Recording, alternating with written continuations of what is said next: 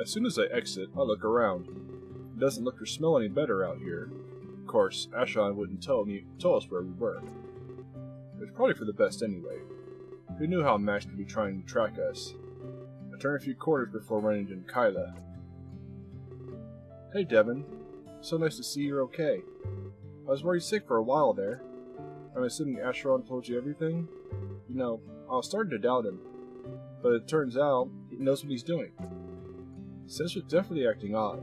You know, being a manager and all. He was letting Max walk all over him. Well, I didn't know he was planning this. Some sort of international sting operation? And it worked out. Max is going down. It's really exhilarating to think about. I mean, was there even a world tour? Or was this all a setup from the start? I knew there was more to Singe. He was too calm for the situation. But not even his employees knew. He was playing us all from the start. It only takes a special kind of genius. It feels so cool to witness all this. You know, I always knew it was Max, but she threatened to kill all of you. She'd blow the building if I spoke up. I had a feeling she was up to no good. That's where Asheron's story got weird. No one but me believed what he was saying. I got to witness her power firsthand. Never witnessed anybody move like that. She could jump around like a time leaper. That, and she knew impossible things. Things she could only know by spying. But none of us ever saw her do it. She used that power to tie me down. Normally, I wouldn't let that happen. I could be strong when I need to be. But she outwitted almost all of us. She preyed on our weaknesses too.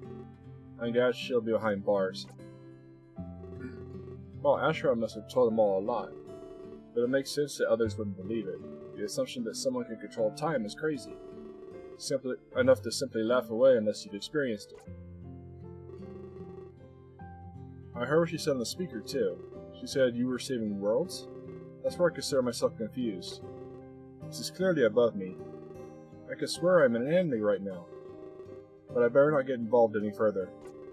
Whatever you need to do, you can do it. I know it is all in good hands. I'll just wait here until we can leave.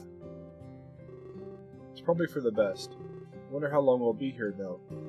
Kyla seems to be taking all this in stride. In fact, he seems to be more cheerful than usual. Well, you saved my life, you know. I believe anything you say after that. My own experiences just help confirm things. You ever give me a reason to doubt you, and if Asheron was lying, you'd say so. But both stories line up perfectly. Anyway, won't keep you any longer. I'm sure you'll need to talk to some more people. Let everyone know you're okay. But, can I ask you something first? I heard Asheron say something interesting. Not that I was spying on you or anything. Sound travels down here, you know? I could even hear shock from over here. I can't. Nice attempt at saving, though. It's just something that intrigued me.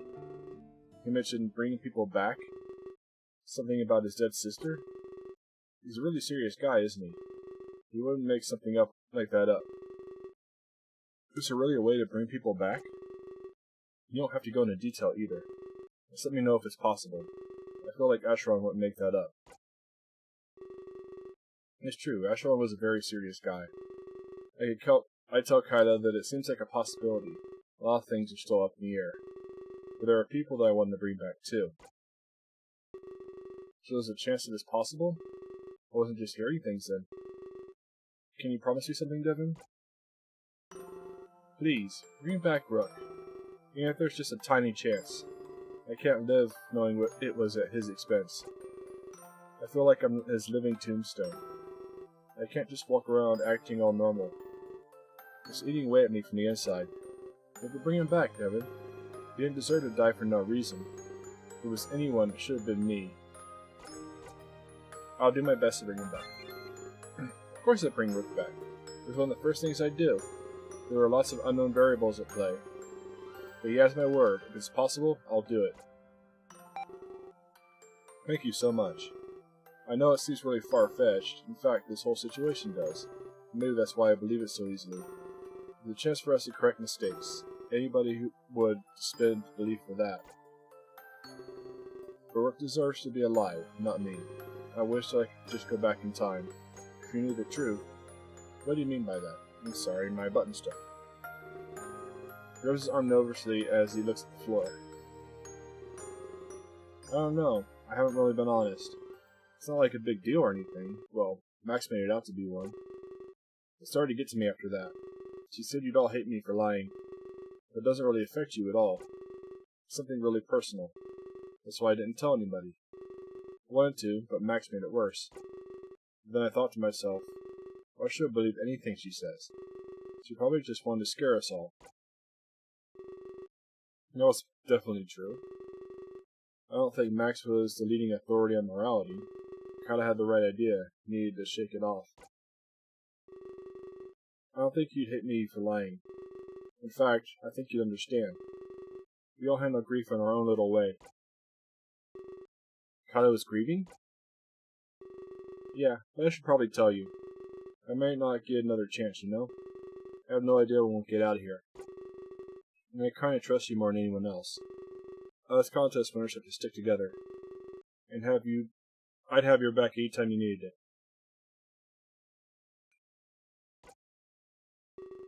I appreciate that. I really do. I leaned back and asked him what he wanted to tell me. As long as he'd have my back, I'd have his too. Well, it's kind of a long story, but it involves how I won the contest. It all started a few years ago.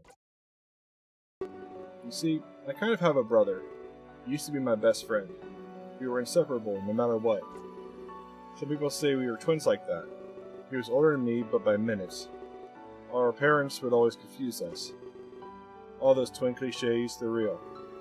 It was almost comedic at times, but then my brother got the diagnosis. It was cancer, and terminal too. The doctors gave him 5 years to live. He couldn't even leave the hospital. But I visited him every single day. He'd always have his earphones in. I told him it was rude, but he didn't care. He liked the sound of pop music, he said. It was always so upbeat and bubbly. It made him happy and hopeful again. He really was a big fan of Clace. He also liked Shock and Rocker. He had all their CDs and everything. But as time went on, his condition worsened. The hope he found through music was a dud. Nothing could pull him through what he had. That is, until the contest was announced. He was so full of happiness and joy. He'd get to meet people he idolized. But at that point, he was bedridden. So every day, I'd buy 2 cans. We shared them, hoping that we'd win. Of course, it was all a pipe dream. I still remember buying the last cans.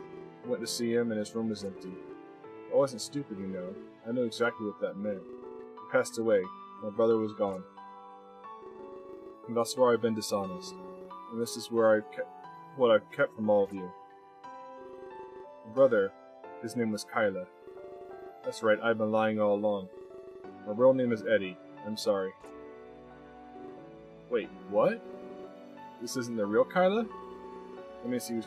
Is that what he's trying to tell me right now? I stared at him blankly, utterly confused and shocked. The day I found his room empty, I didn't know what to do with myself. I sat there anyway, drank the pop star. And when you know it, I won. I sat there crying for hours. Why couldn't it have been a day earlier? I decided not to let it go to waste. I wouldn't rob him of his final dream. He deserved to experience what he wanted. So that's all there is to it. I took his ID and pretended to be him. We were twins, so it wasn't really hard. This way, he'd get what he wanted. I know it didn't make much sense, but it did in my head at the time. He starts to cry in front of me. So I came here to fulfill his brother's dying wish. That's really noble of him. I respect that.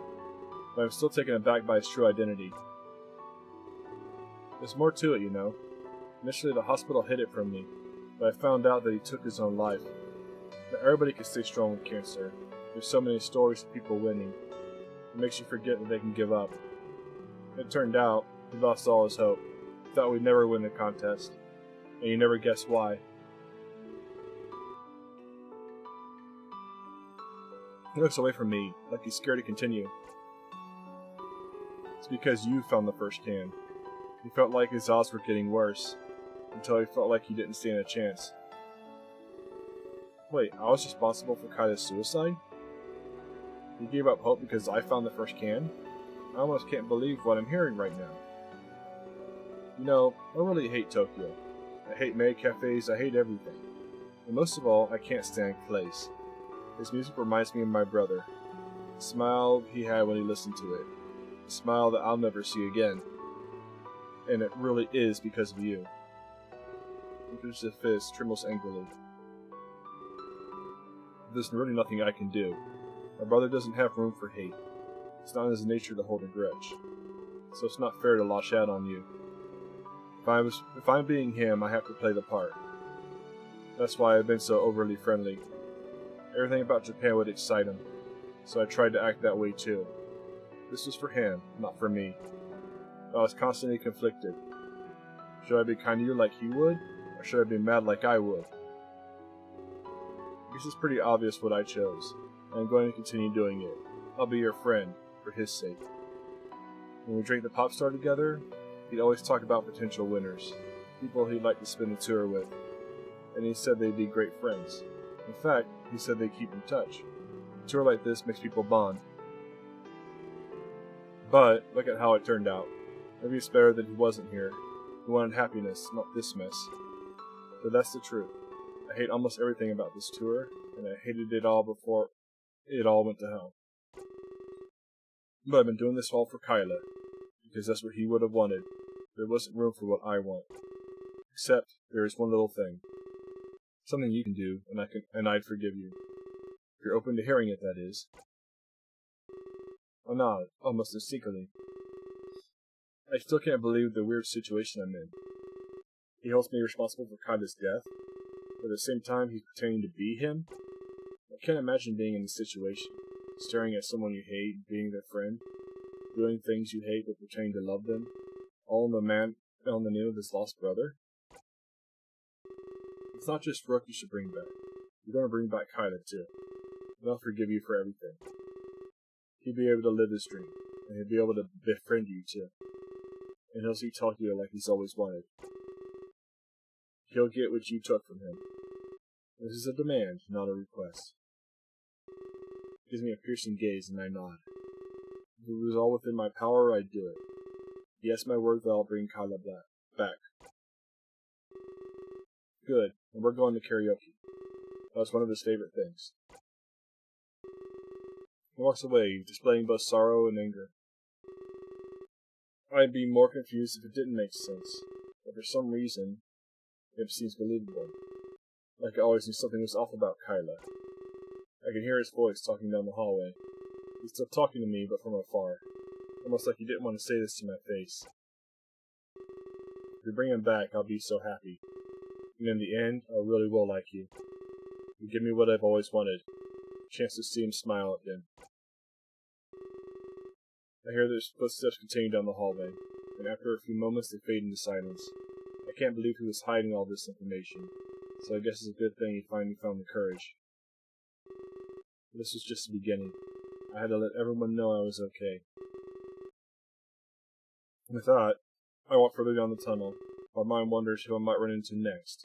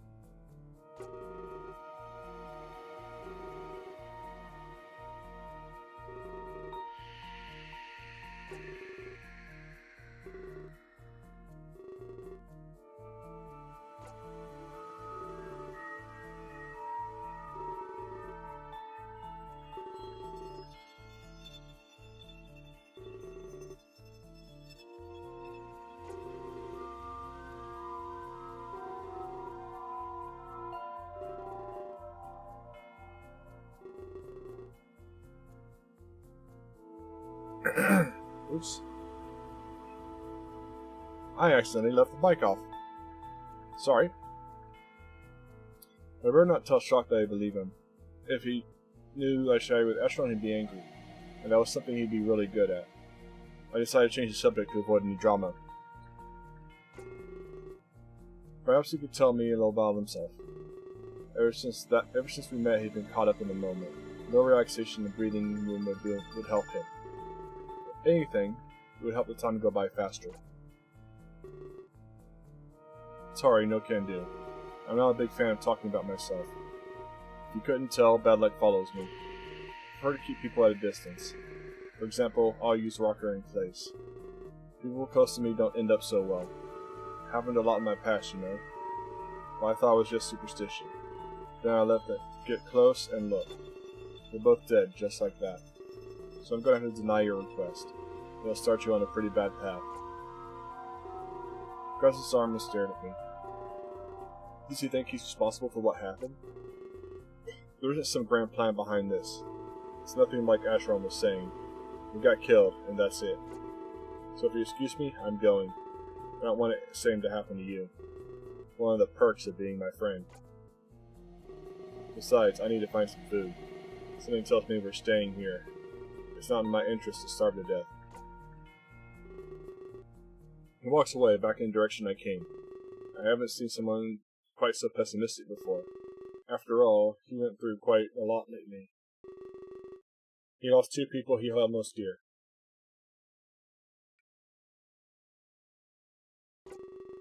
There wasn't anything I could do. I wasn't about to force him to open up to me, nor was I going to force him into my predicament. He was free to deny the truth of Ashron's story. I walked in the opposite direction, venturing deeper.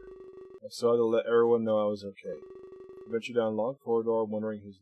I was thinking I might be getting closer to the surface. The air is getting less stuffy and I feel a slight breeze. It's nice to feel the outside air once more. I turned a corner and noticed a Numi standing there.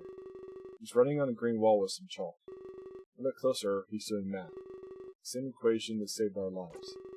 He's trying to figure out how to solve the problem. After all, Ashron gave the answer earlier. Maybe he wanted to learn on his own. Hi. I ran him back with a small boat. Ask him what he's up to. Just doing some math. I have an exam coming up soon. Not want to fail. He seems to be taking his studies seriously. I asked him if he has some time to chat. After all, we might be here for a while. Yeah, sure. I have some questions for you, actually. Ashron told me a story about his sister. He said that she had powers, but he said that you two do as well? Does that mean you and Ashron are bad? I laugh, but that makes the Numi look confused. I let him know that having powers doesn't make you bad. It's what you do with them that decides their allegiance. And in this case, Ashron and I weren't evil. In fact, we were dedicated to bringing Max down. Let him know that she'll pay for what she did. I wish it didn't have to be like that. You shouldn't have to make someone pay, especially not for being bad. The goal should be something different, like not having bad people at all. Everyone should still be alive in that case. It's true, but it's not so simple. In fact, I know that it's not what he really wants. He just wants his brother to be alive again. He never would be world with bad intentions. Yeah, sorry, you're right.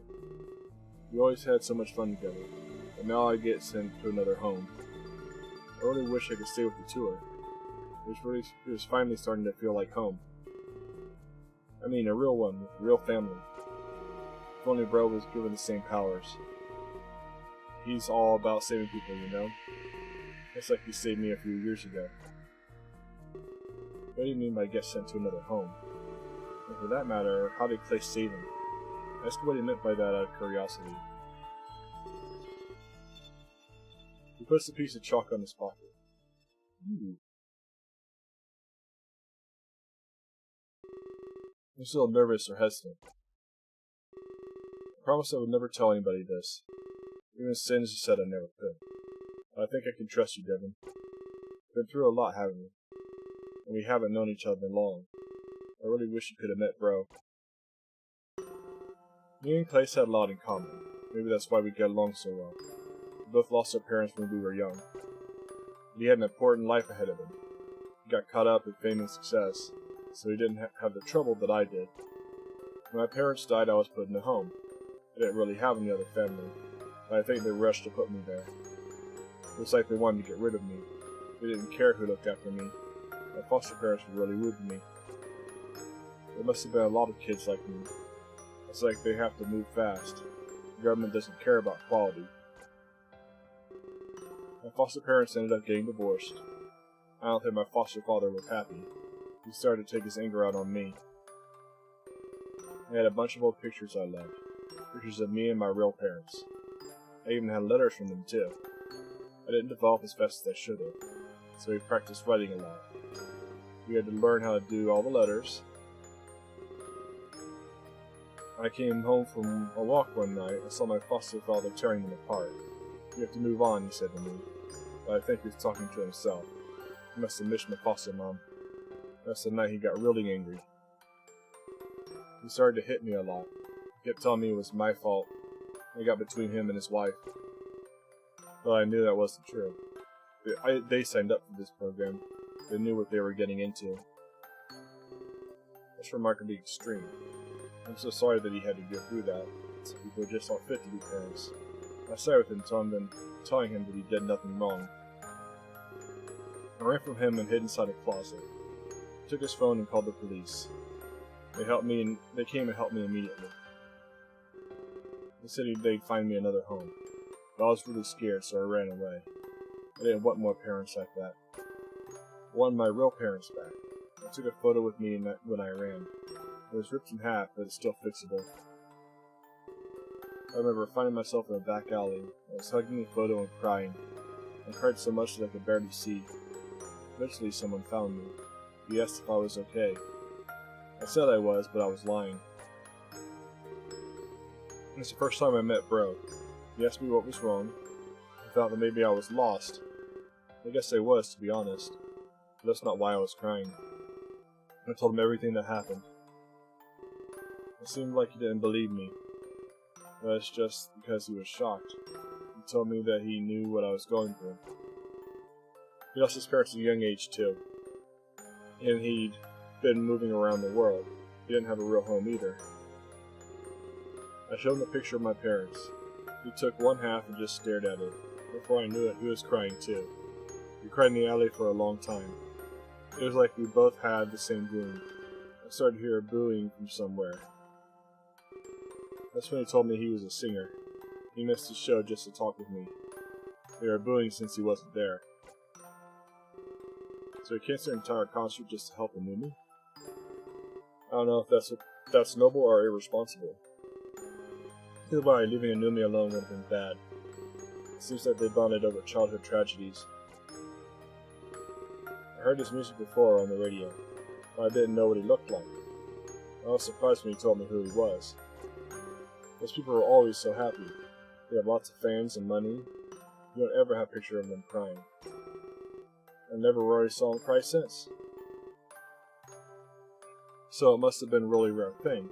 He promised me that things would be okay. He said he'd find a family again.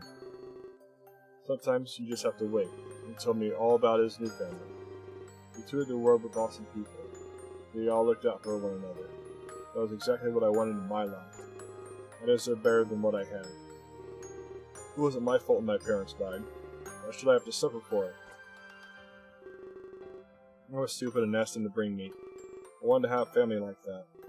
He laughed and said that he couldn't do that. For some reason, I didn't believe him.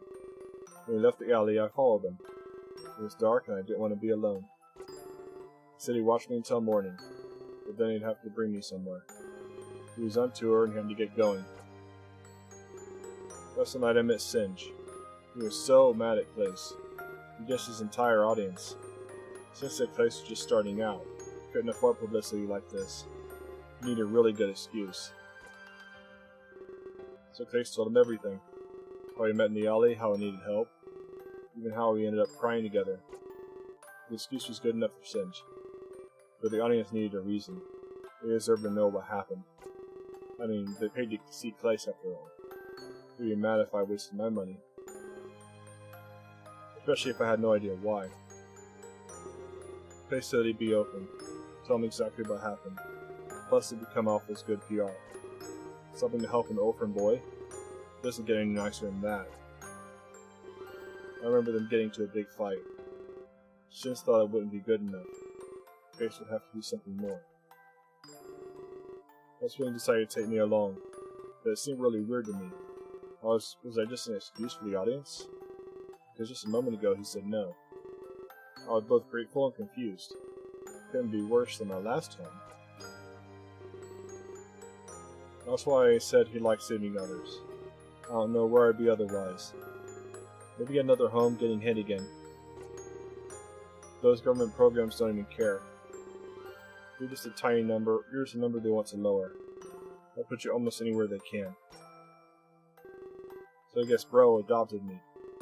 And it probably seems weird and sudden, but you'd understand if you were us. Two victims can connect on a deep level. You know exactly what their pain is like. I felt his and he felt mine. He was in a position to help, and I couldn't just turn him down. So I ended up going along. Since made a statement to the media, he also filled out all the paperwork. The audience is very understanding, especially since they rescheduled the show, so none of their money would go to waste. In the end, it seemed like everybody won. That's how I got involved with the tour. That was a few years ago now. Place, Shock and Rocker got way more famous.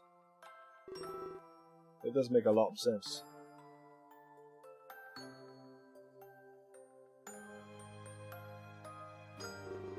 It explains why Anumi thinks they're brothers.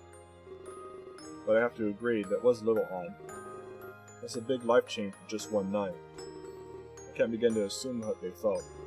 Perhaps in the moment it was the right thing to do.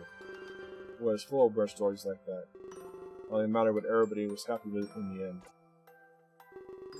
It was really cool to travel the world. I got to see all sorts of neat things. And I got to see how cool Bro really was. The audience always cheered for him.